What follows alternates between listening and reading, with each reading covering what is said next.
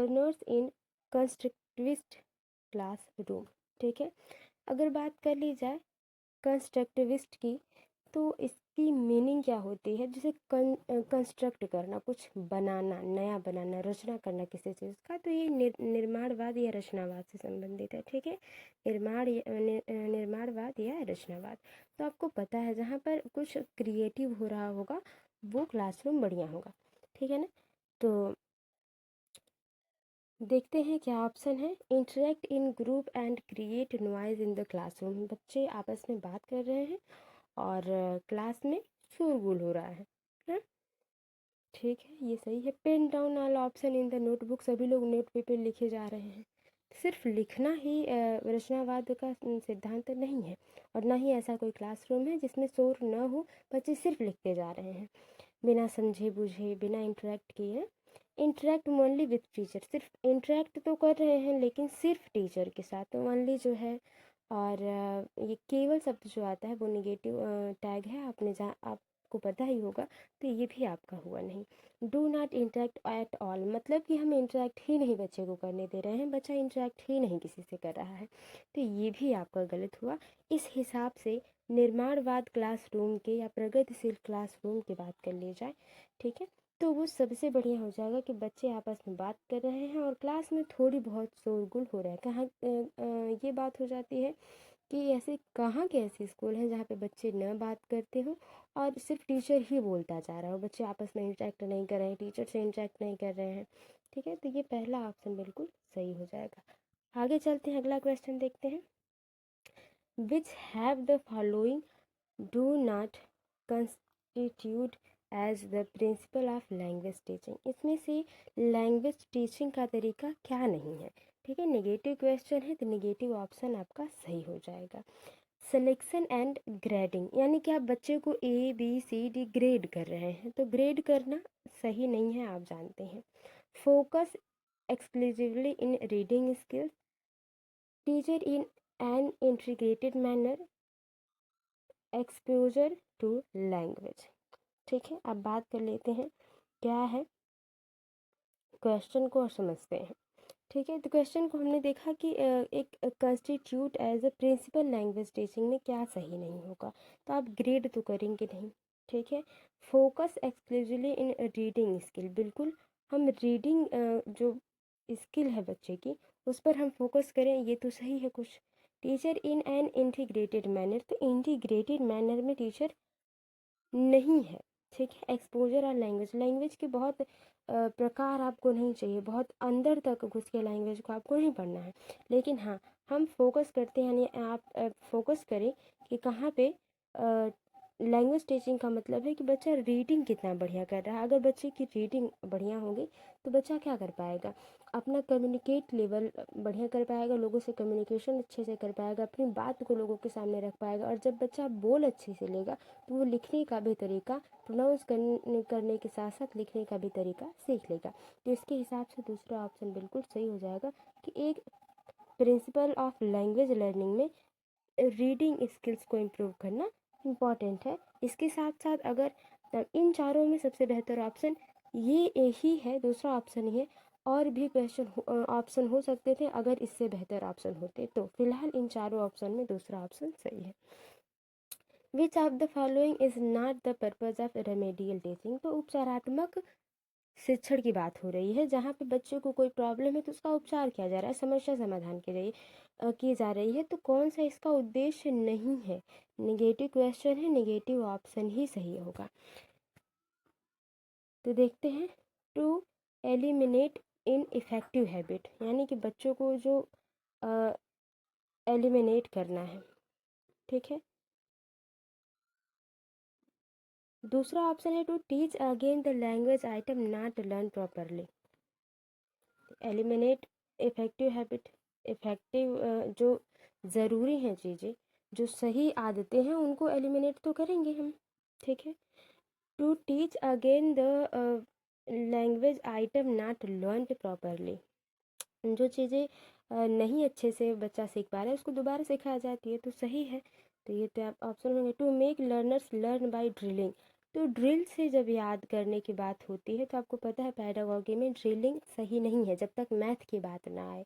तो ये मैथ में सही है लेकिन अदर सब्जेक्ट में ये उतना प्रोफिशिएंट नहीं हो पाता है। ठीक है, तो ये आपका तीसरा ऑप्शन ही नेगेटिव है यहाँ पे। फिलहाल चौथा ऑप्शन देख लेते हैं। To arise learners interact in learning with stimulating approaches, यानी कि हम बच्चे को इंटरेक्ट करने का मौका दे रहे हैं, तो ये तो सही है कि नहीं। तीसरा ऑप्शन ही आपका क्या है यहाँ पे, डिफरेंट है, नेगेटिव है। तो यहाँ पे नेगेटिव पूछा था तो तीसरे का ऑप्शन तीसरा सही हो जाएगा। चौथा क्वेश्चन है कि for maximizing student participation while teaching English the most appropriate approach should be. English teaching कराते समय सबसे बढ़िया अप्रोच क्या हो सकती है? कौन सा अप्रोच बढ़िया होगा, कौन सा उपागम बढ़िया होगा अगर हिंदी में कहा जाए तो? Structural, communicative approach, grammar translation method और impression method.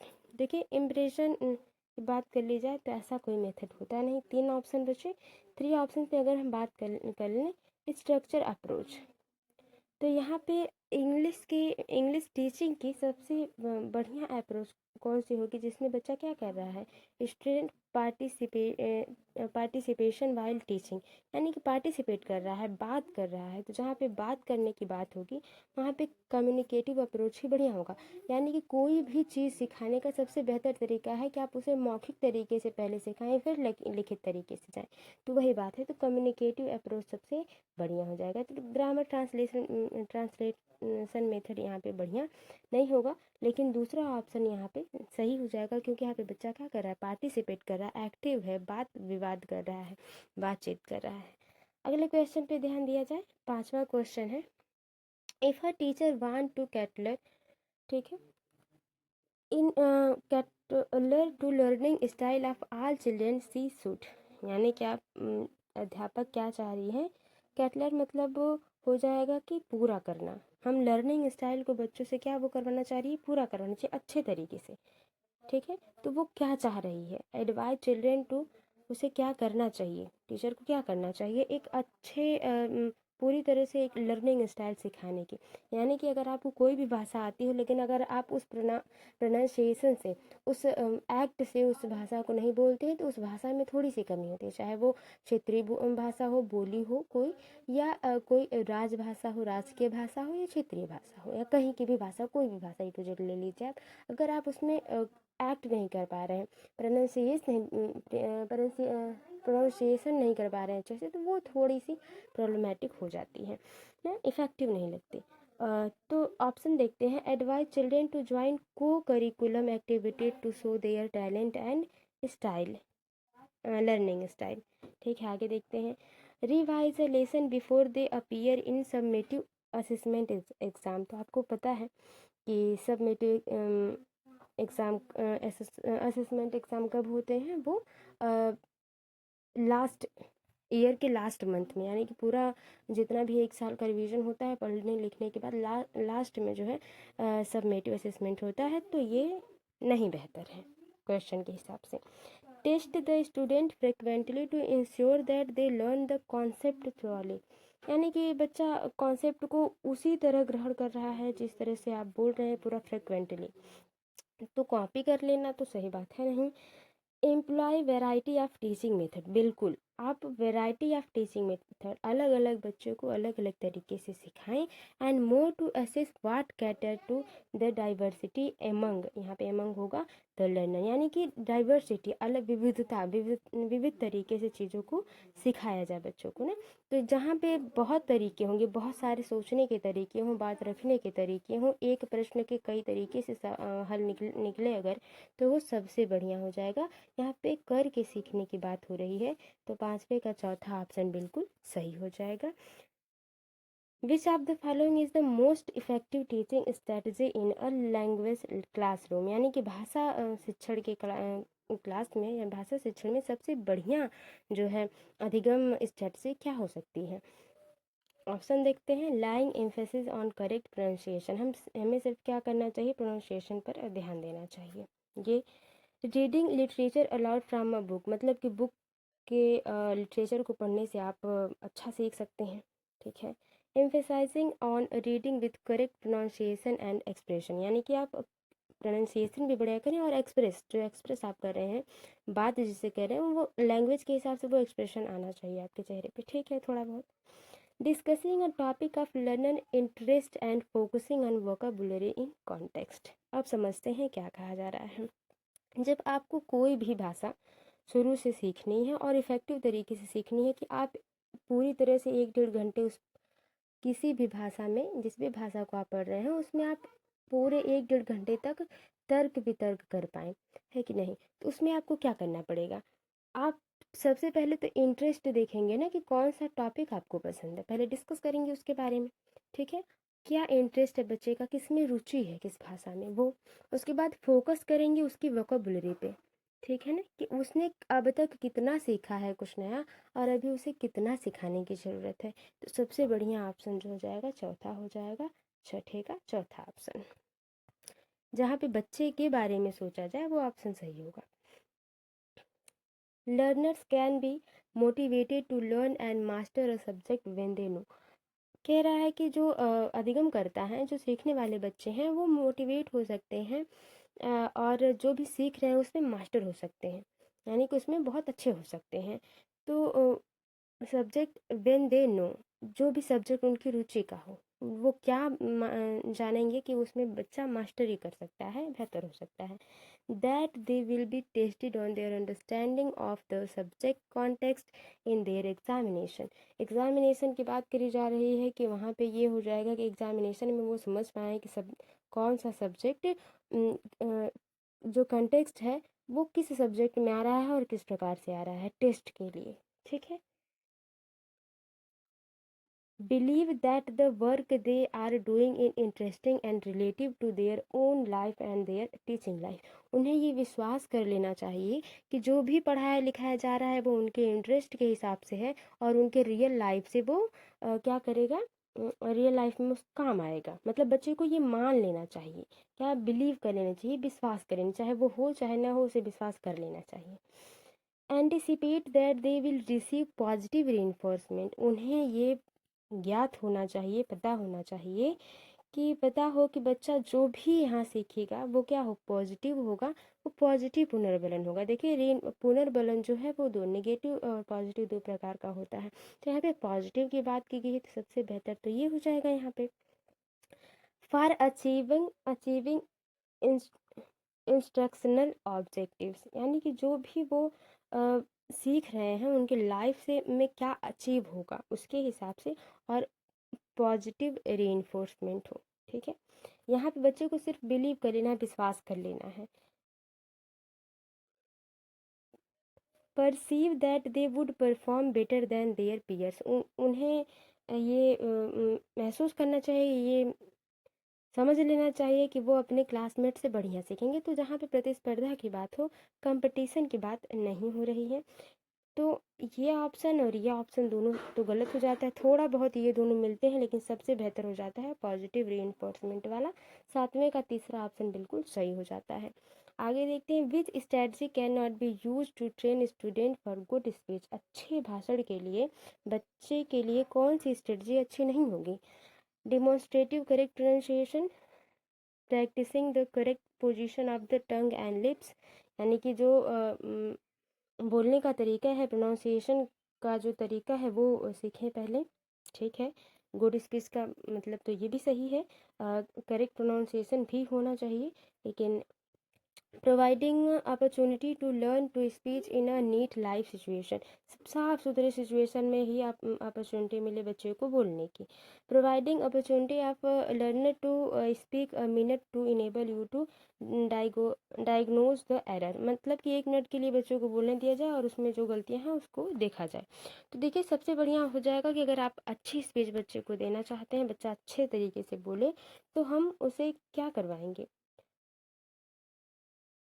Practising the correct position of the tongue and lips. वो वोकैबुलरी जितना भी रट लेगा, जितना भी अच्छे से प्रोनाउंस कर पाएगा, प्रोनाउंस वो तभी अच्छे से कर पाएगा जब उसको पता होगा कि उसके टंग और लिप्स किस प्रकार से मूव करेंगे कि प्रोनाउंसिएशन का जो साउंड आएगा वो बढ़िया आएगा या सही आएगा।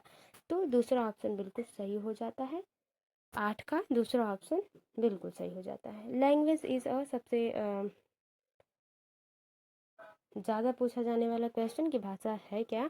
System of system, a logical system, not a rule govern system, a grammar rule set. और ग्रामर नहीं, लॉजिकल नहीं, बल्कि सिस्टम ऑफ सिस्टम है। ये एक रूल गवर्न सिस्टम है। अगर नॉट नहीं होता तो तीसरा ऑप्शन भी सही होता, लेकिन यहाँ पे नॉट लिखा है तो सिस्टम ऑफ व्यवस्थाओं की व्यवस्था है लैंग्वेज, यानी 9वें का पहला ऑप्शन सही हो जाता है। The idea of a comprehensible input aims it. जो कम्प्रिहेंसिबल इनपुट है, जो कम्प्रिहेंसिव दी जा रही है बच्चे को, उसका उद्देश्य क्या है? Enable to learner to manipulate and reflect to learn language. ठीक है, मैनिपुलेट मतलब हम बच्चे को ये सिखाएं कि बच्चा चालाकी से, सफाई से लैंग्वेज को प्रतिबिंबित कर पा रहा है, देख पा रहा है, रिफ्लेक्ट कर पा रहा है। ठीक। दूसरा है कि enabling the learner to master the rule of language, यानी कि जो बच्चा जो इनेबल कर रहा है, जो इनेबलिंग मतलब होता है सक्रिय। ठीक है, इनेबलिंग मतलब सक्रिय। लर्नर क्या है, यहाँ पे भी देखिए बच्चा सक्रिय है। Enable to learner manipulate and reflect to learn language, जहाँ पे बच्चा क्या कर पा रहा है, मैनिपुलेट कर पा रहा है, रिफ्लेक्ट कर पा रहा है लैंग्वेज को, और सक्रिय भी है। Enabling the learner to master the rule of language मतलब लैंग्वेज का जो नियम है उस पर ध्यान देना है, तो नियम पर ध्यान नहीं देना है। अगर कम्प्रिहेंसिबल बात आ रही है, बातचीत करने की बात आ रही है, तो वहाँ पे रूल इंपॉर्टेंट नहीं करते। Compelling the learner to move beyond the given input, जो भी इनपुट दिया जाए उसी के हिसाब से बोलना है, तो नहीं। जैसे कि आप नेताओं को जो है देखते होंगे, या जो बड़े लोग हैं स्पीच देते हैं, उन्हें पर्चा लिख के दिया जाता है, वो बोलते हैं, तो ऐसा कुछ नहीं, ठीक नहीं है। Compelling the learner to mechanical use language, mechanical language का यूज सही नहीं है। 10वें का जो है पहला ऑप्शन बिल्कुल सही हो जाएगा। यहाँ पे लर्नर जो है वो इनेबल है और रिफ्लेक्ट कर पा रहा है लैंग्वेज को। Critical period in development can be identified when a particular, यानी कहा जा रहा है जो क्रिटिकल, जो गंभीर पीरियड है, समय है डेवलपमेंट का, वो किस तरह से पहचाना जा सकता है पार्टिकुलरली। ऑप्शन है age is critical for the development of learning and experience. वो एज जो होगी क्रिटिकल होगी, और डेवलपमेंट और अधिगम का और एक्सपीरियंस का एक क्या होगा, गंभीर। जो उम्र होती है वो गंभीर होती है विकास और अधिगम के और एक्सपीरियंस के, जो बच्चा सीख रहा है उसकी। ठीक है, और ये क्रिटिकल है भाई। क्रिटिकल पीरियड में आपको उम्र भी क्रिटिकल चाहिए डेवलपमेंट के लिए, तो क्रिटिकल उम्र कोई होती नहीं, क्योंकि सबसे अ, अच्छी एज कोई भी हो सकती है सीखने की, ना। Experience has its greatest effect on learning during a particular period of development. कह रहा है जो एक्सपीरियंस है वो बढ़िया हो सकता है जब आप कोई चीज़ लगातार सीखने की कोशिश कर रहे हैं एक समय सीमा के अंदर। सही है, ठीक है, ये तो सही है। Critical experience has a great full effect of development during learning, ये नहीं सही है। Period rather than experience is critical, यानी कि कह रहा है कि एक्सपीरियंस से ज़्यादा जो है डेवलपमेंट वो इम्पॉर्टेंट होता है, तो नहीं, एक्सपीरियंस और डेवलपमेंट दोनों इम्पॉर्टेंट है। तो दूसरा ऑप्शन बिल्कुल सही हो जा रहा है। यहाँ पे 11 का दूसरा ऑप्शन सही हो जाता है। मदरीज इन बेटर नून एज, यानी मदरीज मतलब कि जो बच्चा पहली भाषा बोलता है, बड़बड़ाना शुरू करता है, वो कैसे जानी जाती है, किस हिसाब से जानी जाती है? Bubbling, learning without intimation, child directed speech, operant conditioning. तो देखिए 12 के सही क्वेश्चन की अगर बात कर ली जाए, तो ये जो भाषा मदरीज है, यानी कि जो बच्चा शुरू में पहली भाषा, पहला भी जो भी हूँ हाँ ऐसे करके इशारा होने में थोड़ा सा रोना धोना शुरू करता है, उसको हम चाइल्ड डायरेक्टेड स्पीच कहते हैं। तीसरा ऑप्शन बिल्कुल सही हो जाएगा। आगे देखते हैं अगला question. In the language classroom the learners read the story. Classroom के भाषा में भाषा के क्लासरूम में बच्चा क्या कर रहा है, काबुली वाला स्टोरी पढ़ता है। Later they are given background material with illustration of certain sense of the story, और उसी में से कुछ स्टोरी को दे दिया जाता है चित्रण करने के लिए उनके हिसाब से, वो अपने हिसाब से चित्रित करे, कहानी को अपने हिसाब से बोले। And brief description of few learner enact 1 or 2 scene depicted in the illustration. तो क्या कहा जा रहा है कि बच्चे जो क्या करें, कहानी को पढ़ें और उसमें उनको जो समझ में आ रहा है उस डिस्क्राइब करें चीज़ों को अपनी भाषा में, यानी कि कम समय में डिस्क्राइब करें। और डिपिक्टेड यानी कि वो चित्रण करें, चरित्र चित्रण करें, जो भी काबुली वाला का है संक्षिप्त में अपनी भाषा में चीज़ों को बताएं। Other learner watch the scene enacted this process is, और अदर जो बच्चे हैं वो उसको देखेंगे, ध्यान से सुनेंगे, तो ये प्रोसेस क्या कहलाएगा? ऑब्जर्वेशन और कॉन्टेक्चुलेशन, लाइजेशन, कॉग्निटिव अप्रेंटिसशिप और कोलैबोरेशन, अप्रेंटिसशिप हो जाएगा, कोलैबोरेशन। ठीक है, तो अगर 13 की बात कर ली जाए तो ऑब्जर्वेशन, बच्चा और सारे, एक बच्चा बोल रहा है और सारे बच्चे क्या कर रहे हैं, देख रहे हैं, समझ रहे हैं सीन को, तो यहाँ पे ऑब्जर्वेशन हो जाएगा, बच्चा उसको महसूस कर पा रहा है चीज़ों को, बच्चे एक दूसरे से सीख रहे हैं। ठीक है, देखिए यहाँ पे कॉन्टेक्स्ट की अगर बात होती तब यहाँ पे दूसरा ऑप्शन सही होता, लेकिन यहाँ पे पहला ऑप्शन बिल्कुल सही हो जाएगा। Which test measures a student achievement in relation to a specific task that the student will be required to perform later? कह रहा है कि इसमें से कौन सा जो बच्चे अचीवमेंट ऑफ रिलेशन, कुछ अचीव करने की बात हो रही है, एक स्पेसिफिक टास्क में, कोई एक काम में बच्चा अचीव करना चाहता है, उसको हमें क्या करना है, मापना है। तो ये उसके लिए क्या रिक्वायर होगा, उसके परफॉर्म्स को लेकर। तो ये क्या होगा, प्रोफिशिएंसी टेस्ट होगा, प्रोडक्टिव टेस्ट होगा, सब्जेक्टिव टेस्ट होगा या ऑब्जेक्टिव टेस्ट होगा। 14 के सही ऑप्शन की अगर बात कर लें तो प्रोफिशिएंसी टेस्ट हो जाएगा। प्रोफिशिएंसी टेस्ट मतलब प्रवीणता की जांच, जहाँ पे मास्टरी की जांच की जाए। ठीक है, क्या की जाए, मास्टरी की जांच की जाए। प्रोफिशिएंसी टेस्ट बिल्कुल सही हो जाएगा इन सब में। To evolute reading comprehension for a primary level student the teacher ask the question to, एक कम्प्रीहेंशन प्राइमरी के बच्चे को कम्प्रीहेंशन रीडिंग के लिए टीचर को क्या पूछना चाहिए?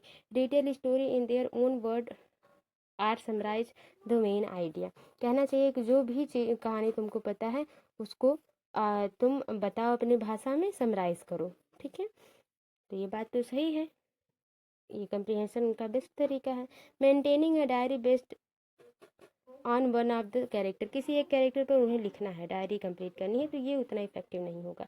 Using a set of identified vocabulary on their own, vocabulary की बात सिर्फ नहीं होगी, कम्प्रीहेंशन की बात हो रही है पूरा, जहाँ पे बच्चा अपने आप को व्यक्त कर पाए, वो ऑप्शन सही होगा। Asking the student to discuss the advantage and disadvantage of the topic, किसी टॉपिक को दे दिया जाए और उसका लाभ और हानि पूछा जाए, तो ये थोड़ा सा जो है बंधा हुआ क्वेश्चन हो जाएगा, है ना। तो 15 का पहला ऑप्शन बिल्कुल सही हो जाएगा, जहाँ पे बच्चा अपनी भाषा में चीज़ों को समराइज कर रहा है, पहला ऑप्शन बिल्कुल सही हो जाएगा।